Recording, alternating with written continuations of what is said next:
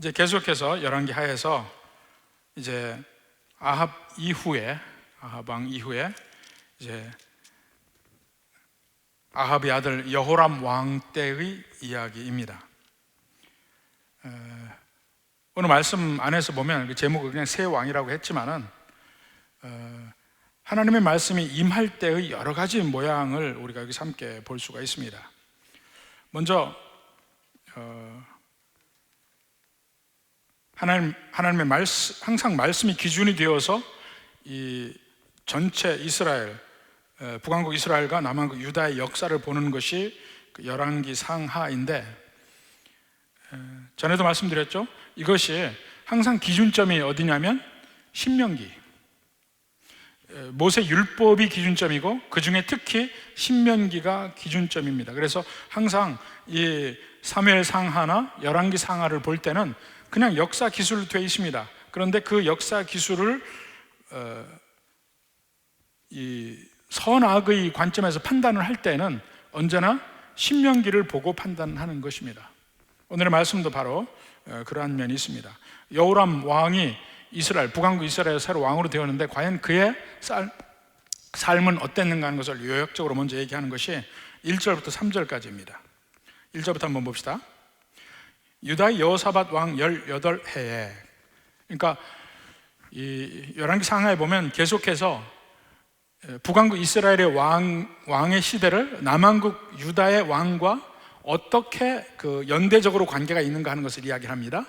다시 남왕국 유다의 왕의 이야기를 할 때는 또 북왕국 어떤 왕과 서로 연결이 있는가, 역사적으로 연대적으로 그걸 계속 얘기하는데, 여기서도 그렇게 얘기합니다. 여호사밧 왕이 통치한 지 18해에 아합의 아들 여호람이 사마리아에서 이스라엘을 12해 동안 다스리니라. 자, 이때가 언제냐면 한 BC 850년경입니다. 그래서 여호람이 북왕국 이스라엘의 왕이 되었습니다. 근데 그에 대한 평가가 2절, 3절에 나오는데 한번 봅시다. 평가가 두 가지로 나옵니다. 첫째로 2절에 봅시다. 그가 여호와 보시기에 악을 행하였으나 그의 부모와 같이 하지는 아니하였으니 이는 그가 그의 아버지가 만든 바알의 주상을 없이 하였습니다. 또 그러니까 부모 같지는 않았다는 거예요. 그 부모가 누굽니까? 아합과 이세벨. 그들은 철저하게 바알만을 숭배했습니다. 그런데 여호람 왕은 바알의 신상들을 다 없앴다. 그것만 해도 엄청난 일을 하는 것이죠. 주로 아합 왕의 죄의 가장 큰 것이 여호와를 따르지 않고 바알을 따른 거였는데 그 바알 신상을 그 아들이 없앴습니다. 그러니까 상당히 괜찮은 거죠. 근데 3절에 보니까 그러나 그가 느바스의 아들 여로보암이 이스라엘에게 범죄케 한 그 죄를 따라 행하고 떠나지 아니하였더라. 북왕국 이스라엘 왕들은 전부 다 이 말이 다 있습니다.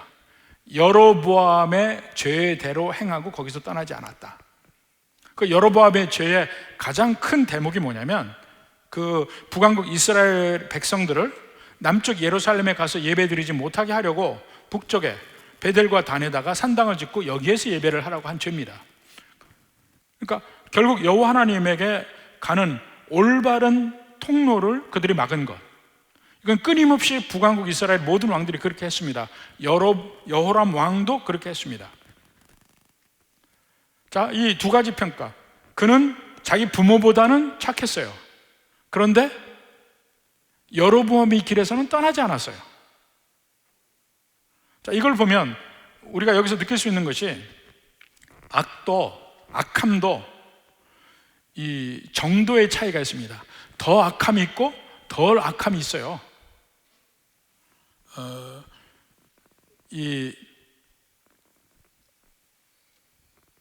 그 악함의 정도가 사람마다 틀리다 말입니다. 그러니까 그 단테 신곡에 나오는 그 지옥도를 보더라도 그 지옥에도 위층이 있고 아래층이 있어요. 더 깊은 아래층이 있는데 더 악한 죄인은 밑으로 가고 좀 덜 악한 죄인은 위로 가고, 근데 다 어차피 거기는 지옥이에요. 여기도 그런 식의 얘기입니다. 여호람 왕은 자기 부모보다는 나았어요. 바알 신상을 다 깨부쉈으니까. 그렇지만 하나님의 기준에는 역시 못 미치는 죄인이다. 그도 역시 실패했다는 겁니다. 이게 우리 사실 생각해 보면 많은 경우에 우리의 삶에서 우리 다 죄인들이에요. 죄인들인데 내가 저 사람보다는 좀 나아, 이런 생각들을 합니다.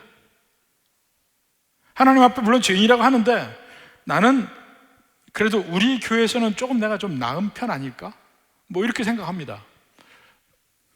어떻게 생각하세요? 어느 교회에서 목사님 설교를 했습니다. 인간의 죄에 대해서 아주 강력한 설교를 했어요. 그러니까 다 예배를 마치고 나오면서 한 여자 성도님이 나와서 목사님께 그 얘기한 겁니다.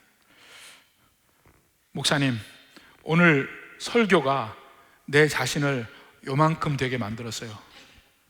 오그라졌다는 얘기지. 오그라졌다는 얘기예요. 그러니까 목사님 뭐라 한 줄 아세요? 그것도 너무 큽니다. 이만큼이 어디 있어요? 아예 없지. 나라고 내세울 만한 것이 뭐가 있느냐? 아무것도 없다 이겁니다. 신명기 하나님의 율법의 관점으로 볼 때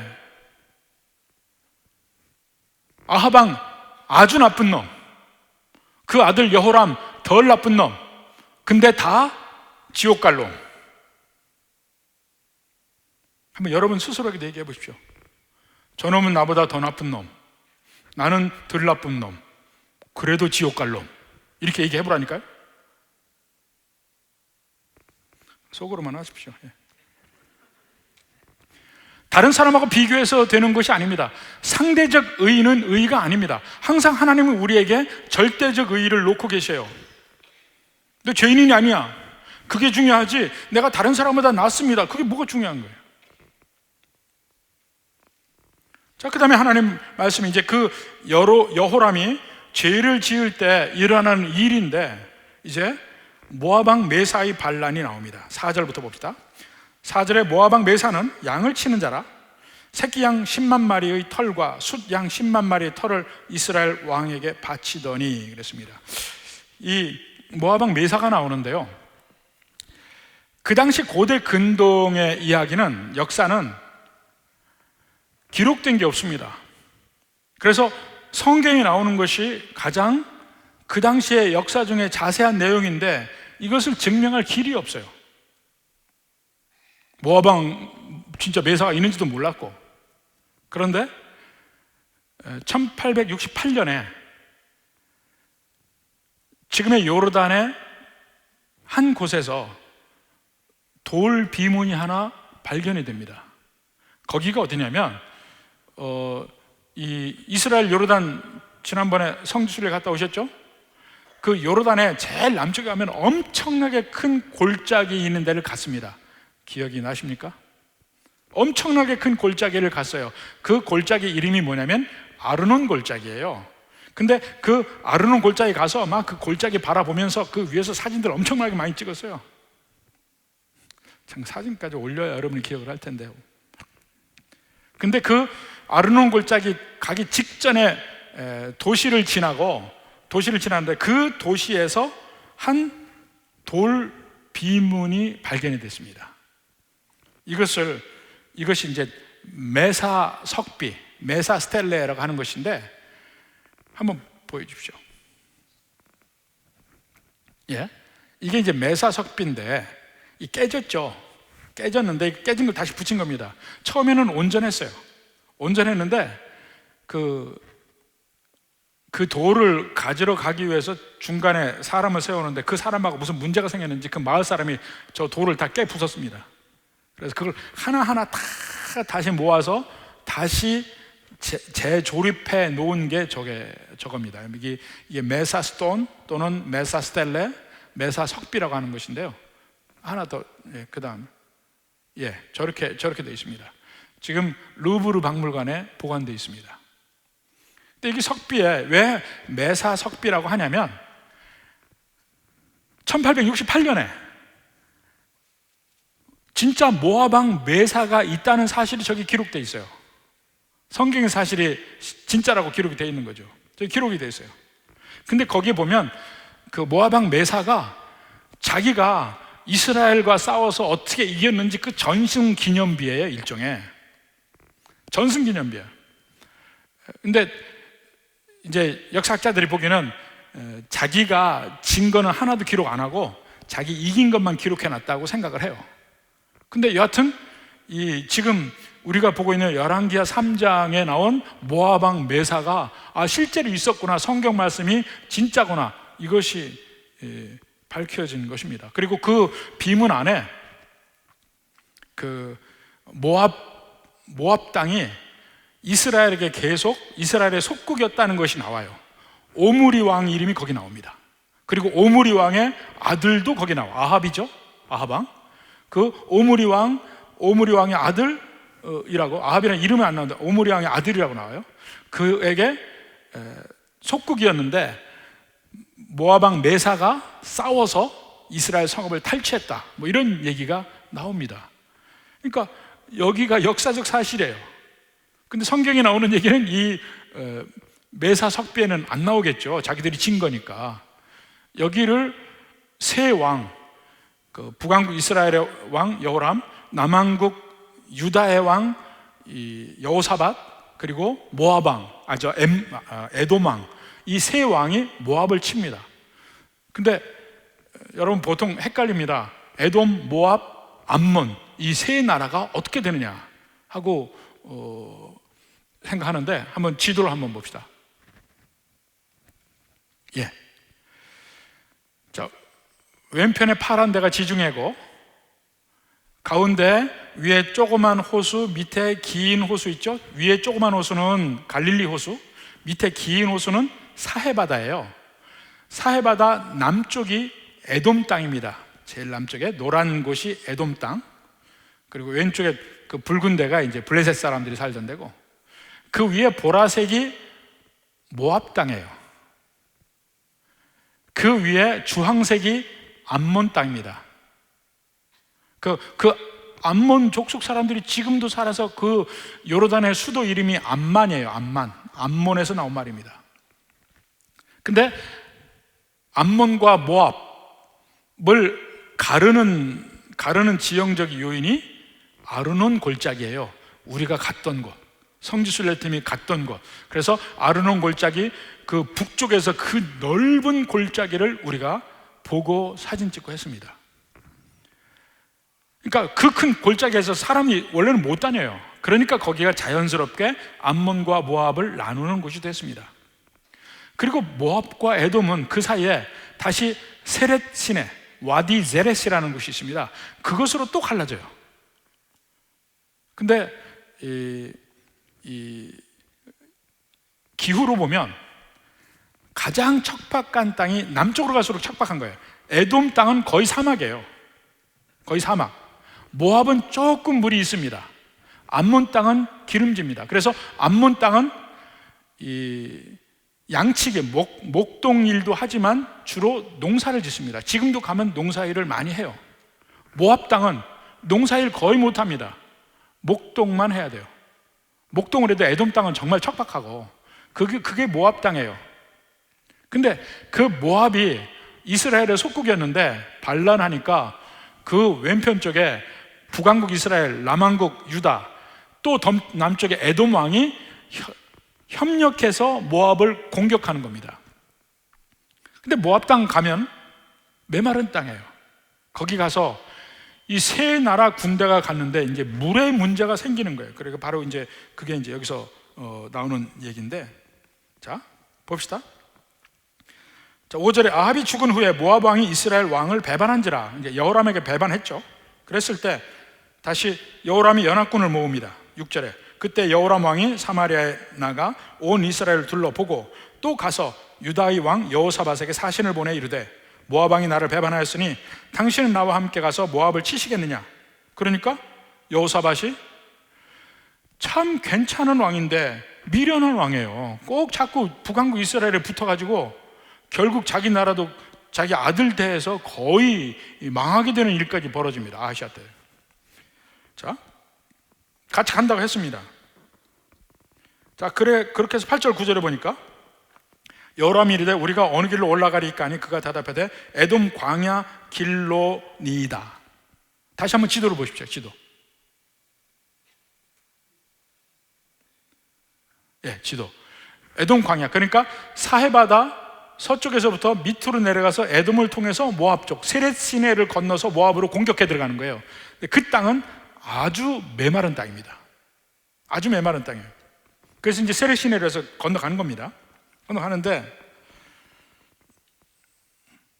9절에 이스라엘 왕과 유다 왕과 에돔 왕이 가더니 길을 둘러간 지 7일에, 길을 둘러갔죠. 에돔을 이렇게 둘러간 7일에 군사와 따라가는 가축을 먹일 물이 없는지라. 거기 물이 많아요. 많은데 사해바다야. 소금물에 먹을 수가 없어요. 샘이 있어야 되는데 그 많은 군사를 먹일 만한 물이 에돔 땅에 거의 없고 모압 땅에 조금 있고. 자, 그래서 이제 10절에 보니까 이스라엘 왕이 이르되 슬프다, 여호와께서 이 세 왕을 불러 모아 모압의 손에 넘기려 하시는도다. 이 여호람이 언제 여호와 하나님을 믿었는지 모르겠습니다. 근데 하여튼 여호와께서 우리를 죽이려나 보다 이렇게 고백을 하고 있습니다. 그러니까 여호사밧이, 언제나 여호사밧이 아합 왕에도 그랬고 여호와의 선지자를 찾습니다. 그래서 여호사밧은 믿는 사람이에요. 11절 봅시다. 여호사밧이 이르되 우리가 여호와께 물을 만한 여호와의 선지자가 여기 없느냐 하는지라. 그때 엘리사가 여기 있다. 그래서 세 왕이 12절에 보니까 이스라엘 왕과 여호사밧과 에돔 왕이 그에게로 내려가니라. 엘리사에게 갔습니다. 그랬더니 엘리사가 뭐라 합니까? 엘리사가 이스라엘 왕에게 이르되 13절 내가 당신과 무슨 상관이 있나이까? 당신이 부친의 선지자들과 당신의 모친의 선지자들에게로 가소서. 이 누굽니까? 바알의 선지자? 아세라의 선지자. 그 아합과 이세벨은 그들만을 믿었으니까 그 사람들에게 가시오. 어깃장 나는 소리 하는 거죠. 그렇게 하니 이스라엘 왕이 그에게 이르되 그렇지 아니하니이다. 여호와께서 이 세 왕을 불러 모아 모압의 손에 넘기려 하시나이다. 자기가 해놓고 지금 여호와께서 넘기려고 한다고 그래요. 14절에 엘리사가 이르되 내가 섬기는 만군의 여호와께서 살아계심을 두고 맹세하노니, 자기 말이 참되다는 얘기죠. 내가 진실로 얘기하는데 그 말입니다. 내가 만일 유다의 왕 여호사밧의 얼굴을 봄이 아니면 그 앞에서 당신을 향하지도 아니하고 보지도 아니하였으리이다. 지금 이 당시에는 이스라엘 왕 여호람이 여호와 하나님과 커뮤니케이션 할 수 있는 유일한 방법이 엘리사밖에 없는데 엘리사가 뭐라 합니까? 당신하고는 볼 일이 없어. 내가 유다 왕 여호사밧이 아니면 당신 보지도 않았을 거예요. 그러니까 만약에 여호사밧과 같이 안 갔으면 여호람은 분명히 거기서 문전박대를 당했을 겁니다. 못 봤을 겁니다. 그리고 엘리사의 예언의 말도 못 들었을 겁니다. 그러니까 이 면에서 보면 아무리 자기 아버지보다 조금 착해졌다 하더라도, 조금 나아졌다 하더라도 영 하나님과의 관계가 끊어질 수도 있었다는 얘기입니다. 그러니까 지금 내내 하나님 찾지 않다가 죽음의 순간, 아주 긴박한 순간이 오니까 그때 비로소 찾아요. 하나님을 자판기로 알고 있는 거죠. 그렇지만 하나님의 말씀은 엘리사를 통해서 뭘 경고합니까? 하나님이 안 만나줄 수도 있다는 걸 얘기하는 거예요. 내내 하나님과 관계없이 생활하다가 갑자기 문제가 생기니까 하나님하고 올 때, 그때 하나님 안 보실 수도 있다는 얘기입니다. 경고의 말이죠, 하나님께서. 근데 다행히 이 여호람 옆에 여호사밧이 있어서 만나준다. 여호사밧이 미련하긴 해도 하나님 믿는 사람이에요. 자, 그럼 하나님의 말씀이 임할 때 어떻게 임하는지 가장 모범적인 면이 이제 여기서 나타납니다. 자, 15절에 봅시다. 하나님의 말, 이제 내게로 검은 고 탈 자를 불러오소서 아니라 검은 고 타는 자가 검은 고를 탈 때 여호와의 손이 엘리사 위에 있더니, 이 대목을 우리가 주의해서 보는 이유가 뭐냐면, 우리가 하나님 앞에 예배를 드릴 때 환경도 중요할 수 있다는 얘기예요. 환경도. 그러니까 모든 것을 조용히 시키고 찬송으로 시작하고 마음으로 하나님께 집중하고 이럴 수 있는 분위기를 만드는 것도 중요할 수 있다는 겁니다. 엘리사도 하나님의 영이 임해서 예언을 하는 그 순간이 될 때 검은 고를 타게 해서 그 환경을 만들어요. 그러니까 검은 고를 탈 때 여호와의 손이 엘리사 위에 있었다. 엘리사에게 성령이 임하시고 드디어 엘리사에게 하나님의 능력이 주어지고 예언을 시작을 합니다. 16절부터 예언이 나오죠. 그가 이르되 여호와의 말씀이 이 골짜기에 개천을 많이 파라 하셨나이다.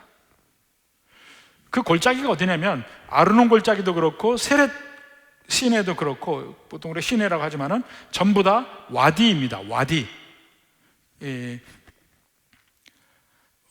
이스라엘에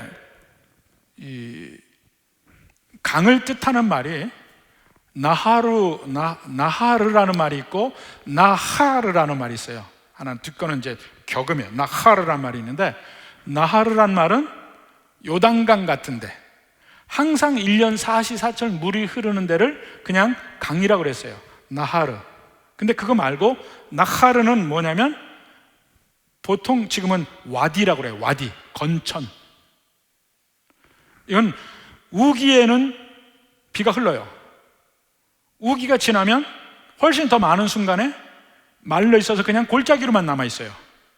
이런 데를 나하르라고 합니다. 와디. 그러니까 여기서 골짜기는 그냥 골짜기가 아니고 와디예요. 와디. 나하르예요.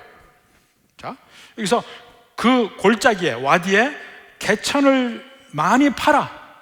그러니까 와디는 대부분 말라 있어도 그 밑에 물이 있어요. 그래서 그 근처에 나무도 자라고 이렇습니다. 말라 있는데 나무가 자라요. 왜냐하면 뿌리를 깊이 내려서 그 물을 빨아들이니까. 근데 거기에서 물을 아무리 인간 힘으로 파도 물이 안 나오는데, 그때는 한번 파보라는 거예요. 그래서 그 와디를 팠습니다. 팠더니 거기서 물이 엄청나게 샘처럼 나오는 거예요. 지금도 그 아르논 골짜기 그 끝에 사해바다 쪽으로 가면 거기가 와디 무집이라고 합니다. 와디 무집. 근데 그 와디 무집이라는 데가 지금도 물이 엄청나요. 그래서 거기가 지금 아주 큰 규모의 관광지가 되어 있습니다. 그 골짜기에 그 수영복 입고 막 따라 올라가고 거기서부터 내려오고 뭐 노는 시설이 되어 있습니다. 그 물이 그 사막인데 거기만 그렇게 물이 풍부한 데가 있어요. 그게 아르논 골짜기 한쪽입니다. 근데 그런 식으로 이제 파라에서 팠더니 물이 풍부하게 나오는 거예요. 17절부터 봅시다. 여호와께서 이르시기를 너희가 바람도 보지 못하고 비도 보지 못하되, 비가 와야 와디에는 물이 강이 되는데 그 비도 보지 못하되 이 골짜기에 물이 가득하여 너희와 너희 가축과 짐승이 마시리라 하셨나이다. 하나님의 약속의 말씀을 보여준 것이죠. 이것은 여호와께서 보시기에 작은 일이라 여호와께서 모압 사람도 당신의 손에 넘기시리니. 자, 이제 제대로 얘기했죠. 여호와께서 모압 사람도 당신의 손에 넘기시리니 당신들이 모든 견고한 성읍과 모든 아름다운 성읍을 치고 모든 좋은 나무를 베고 모든 샘을 메우고 돌로 모든 좋은 밭을 헐리이다. 완벽한 승리를 할 것이라는 얘기죠. 완벽한 승리.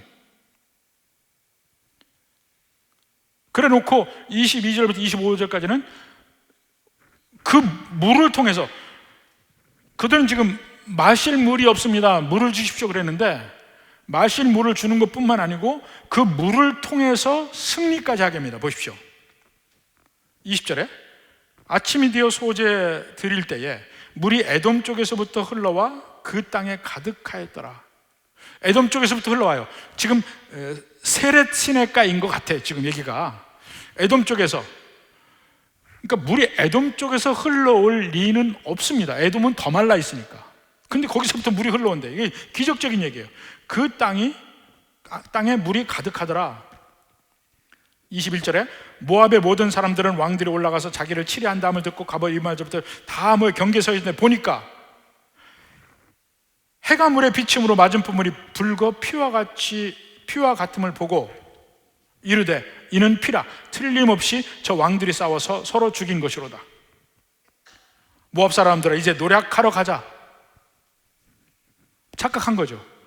하나님이 그들을 착각하게 만들었죠. 그래서 이미 적들이 무방비 상태일 것이라고 생각하고 모압 사람들이 갔다가 완전히 패퇴하게 되는 것입니다. 그래서 24절에 이스라엘 진에 이르니 이스라엘 사람이 일어나 모압 사람을 쳐서 그들 앞에서 도망가게 하고 그 지경에 들어가며 모압 사람을 치고 그 성읍들을 쳐서 헐고 각기 돌을 던져 모든 좋은 밭에 가득하게 하고 또 모든 나옵니다.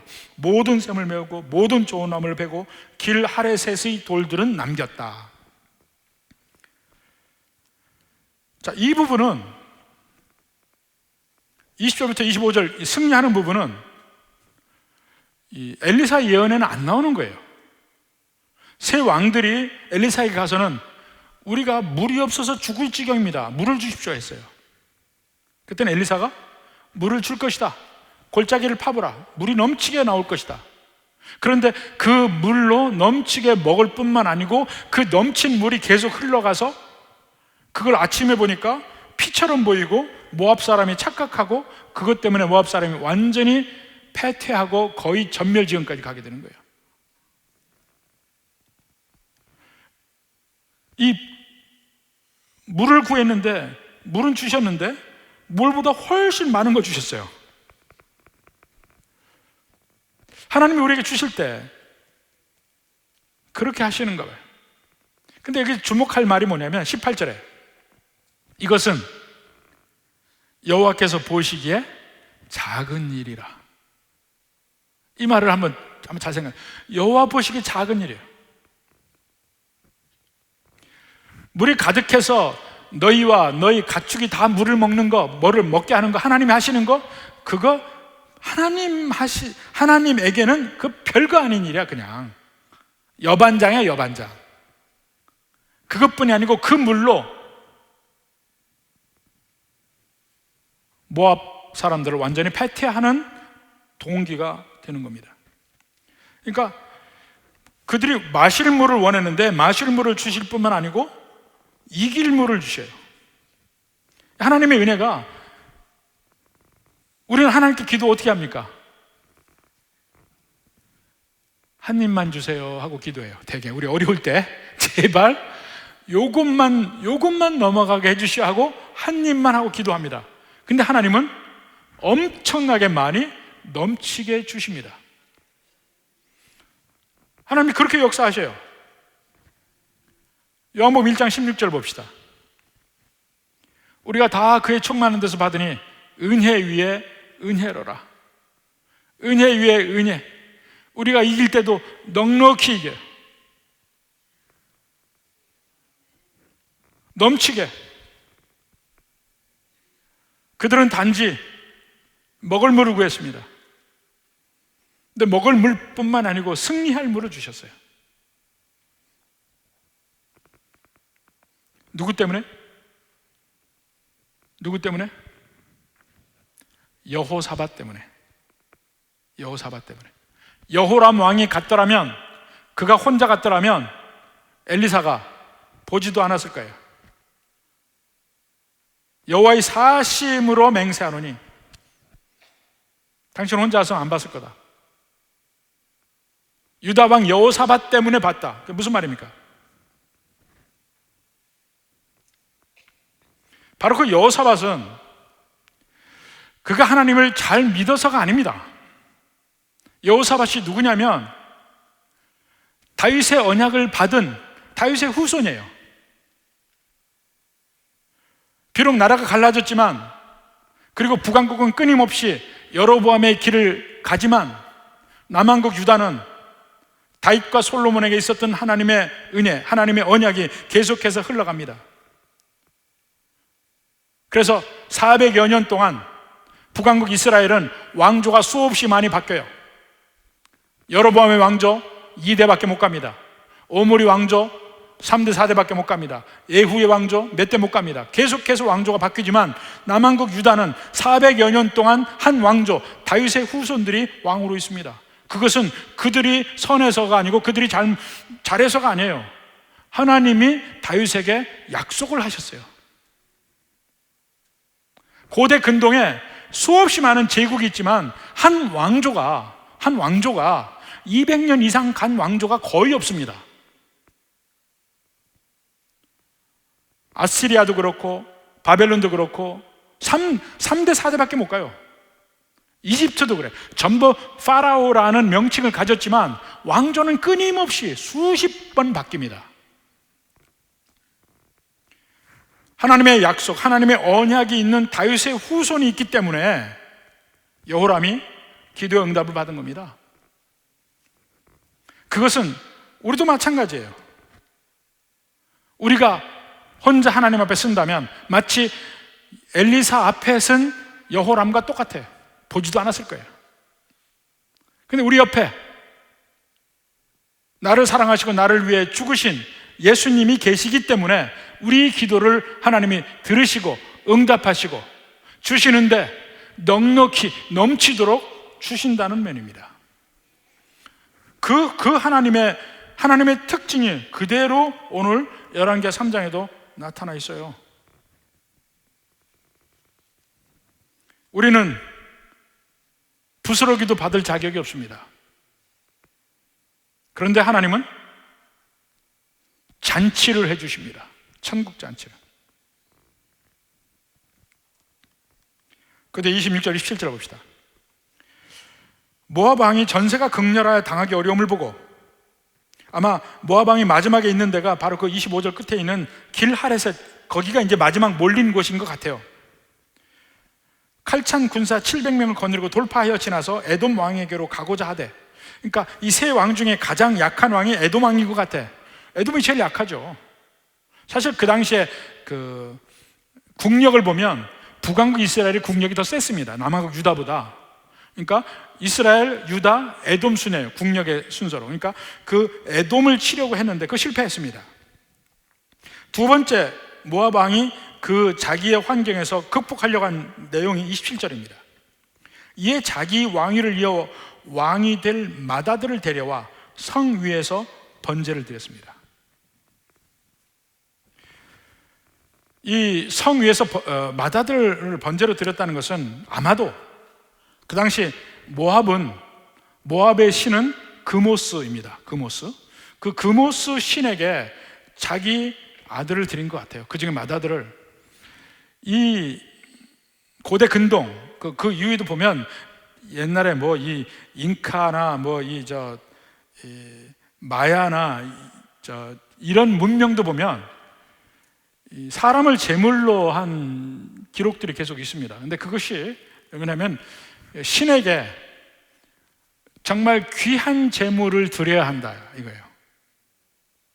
그러니까 그냥 짐승만 드리는 것도 부족한 것 같아. 정말 내게 있어서 가치 있는 것을 드렸을 때, 그 신에게 드렸을 때 신이 내 말을 들어주고 내게 복을 주지 않을까 생각하는 겁니다.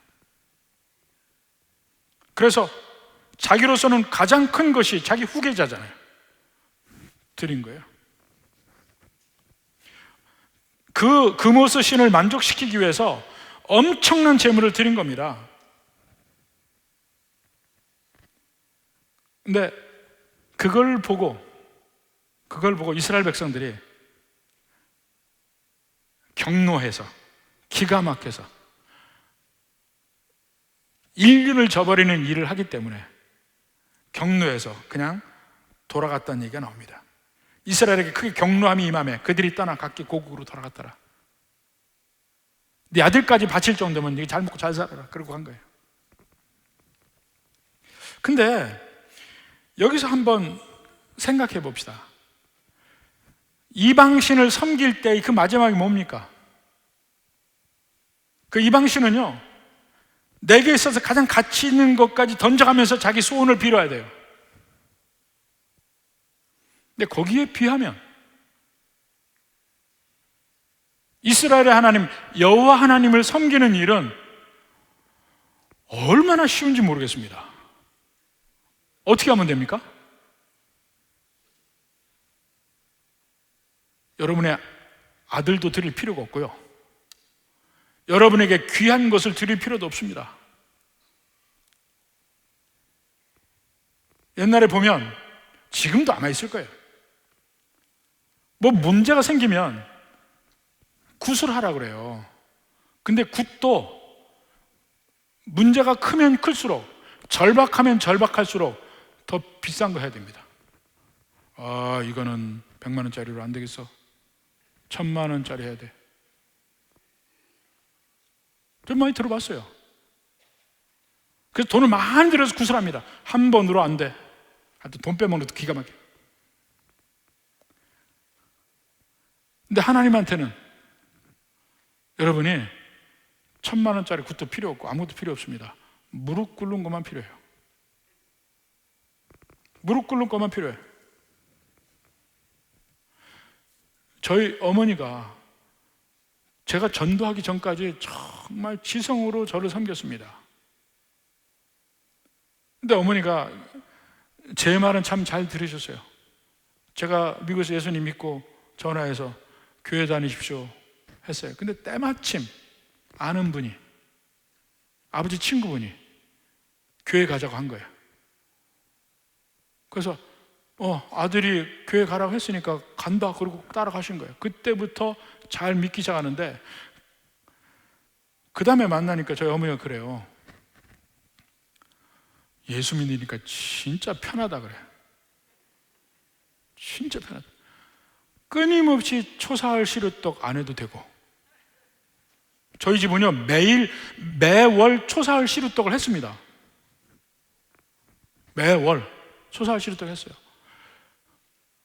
그리고 가끔가다 제가 서울에 있다가 이제 집에 갈 때가, 그 때가 맞으면 제가 그 초사할 시루떡할 쌀하고 뭐하고 돈하고 들고 가야 될 걸로. 그런 게 하나도 없어진 거예요. 이사 갈 때 날짜, 이것도 안 하죠. 뭐 날 잡는 거 하나도 필요 없는 거예요. 제대로 다른 데서 절에 다니고 이러면서 신앙생활 한 사람들이 교회를 다니면요 너무너무 편해집니다. 여러분들 그런 사람도 있을 거예요. 자유로워져요. 그죠? 편안해. 네, 맞아요. 네, 진짜 편안해져요.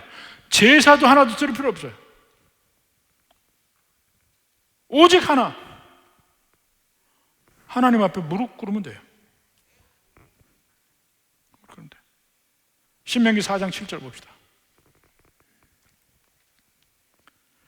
우리 하나님 여호와께서 우리가 그에게 기도할 때마다 우리에게 가까이 하심과 같이 그 신이 가까이 함을 얻은 큰 나라가 어디 있느냐. 할렐루야.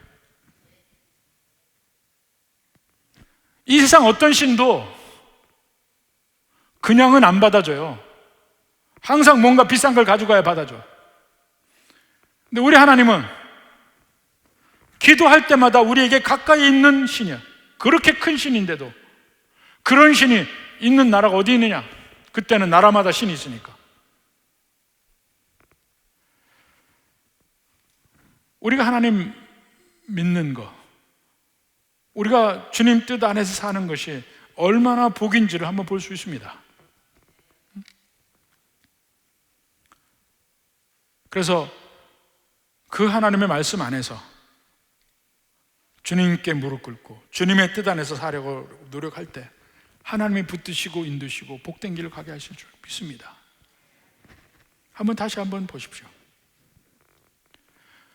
내게 큰일인 것 같은 거, 내게 엄청난 절벽 같은 것, 그걸 뚫고 지나가는 거요, 나는 못합니다. 그러나 18절, 여호와 보시기에 작은 일이라. 하나님이 마음만 먹으면 얼마든지 모든 걸 극복할 수 있습니다. 극복이 안 된다는 얘기는 하나님의 다른 뜻이 있을 거예요.